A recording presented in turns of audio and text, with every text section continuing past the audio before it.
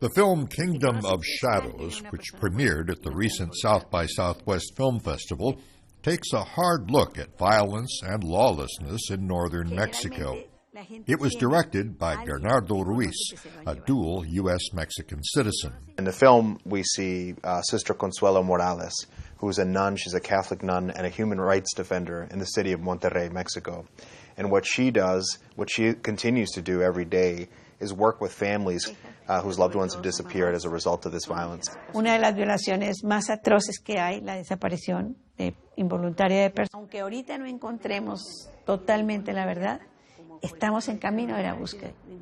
But Ruiz says human rights activists like her are up against corruption and a dysfunctional judicial system in Mexico. It's a very small percentage of crimes that are successfully prosecuted. When you're talking about homicides, you're talking about kidnappings.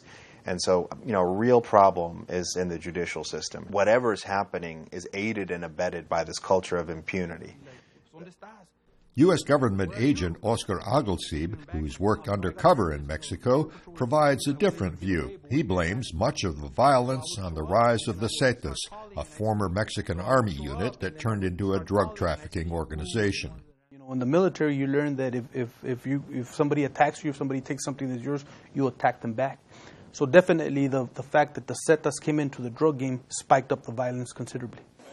The third point of view in the film comes from Texas rancher Don Henry Ford, who was involved in drug smuggling a couple of decades ago when violence was not as widespread.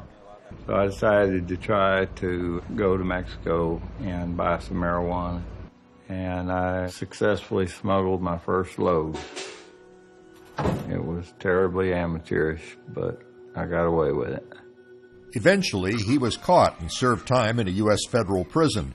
He says the violence in Mexico was far less when larger criminal organizations controlled the border area. They had territories assigned, and there wasn't near as much conflict. Ford credits the film for showing the tragedy of innocent people who are trapped in a world of violence and crime. My wife would be a better judge because she's kind of an impartial, and she was moved by it, moved to tears by it.